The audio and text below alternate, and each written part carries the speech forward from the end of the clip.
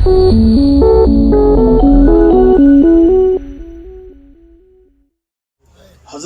انس رضی اللہ تعالیٰ عنہ آپ سے روایت ہے، آپ فرماتے ہیں کہ حضور علیہ السلام جلوہ گر تھے اور کچھ انصار حضور علیہ السلام کی حاضر خدمت ہوئے، مدینہ پاک کی بات، تو کچھ انصار آقا و مولا حضور علیہ السلام کی حاضر خدمت ہوئے اور آ کے نا اس طرح عرض کی کہ یا رسول اللہ ہمارے پاس ایک اونٹ ہے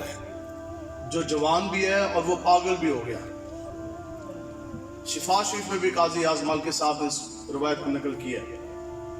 عرض کرنے لگے یا رسول اللہ ساڈے کول ایک اونٹ ہے وہ تو جھلا ہو گیا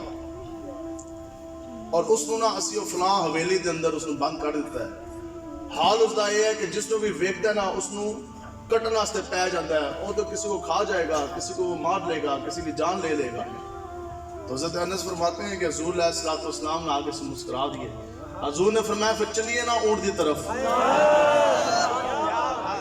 اب بتاؤ جی آگے تو 4 ٹانگوں والا اونٹ ہے،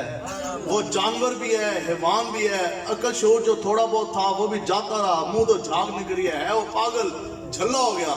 جس بندے کو دیکھتا ہے اس کے اوپر حملہ آور ہو جاتا، اس کو کاٹنے کے لیے بھاگتا۔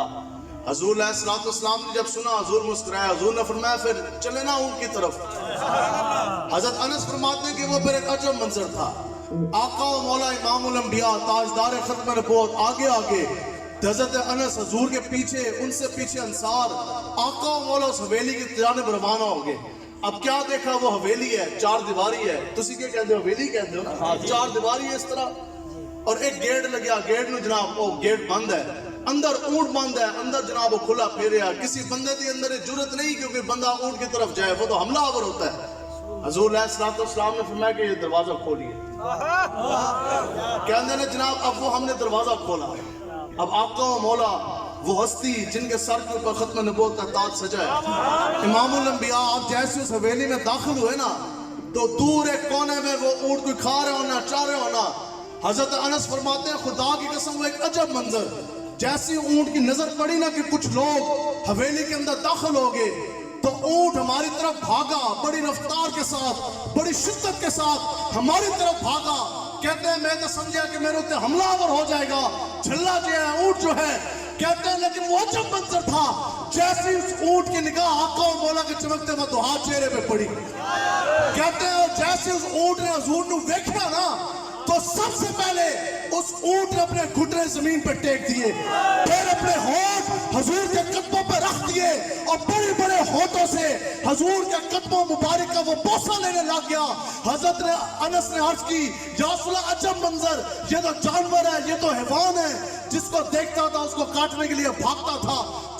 جانور، جوان اونٹ، پاگل اونٹ، وہ آپ کے قدموں پہ ڈھیر۔ کہتے ہیں میں دیکھ رہا ہوں وہ لمبی لمبی زبان ہونٹ حضور کے قدم مبارک وہ چونتا جا رہا، زبان پھرتا جا رہا۔ یا رسول اللہ یہ منظر کیا؟ حضور نے خود عقیدہ ختم نبوت کی گواہی دی، آپ نے فرمایا کہ سنو اس پورے روح عرش پر، اس پورے کائنات میں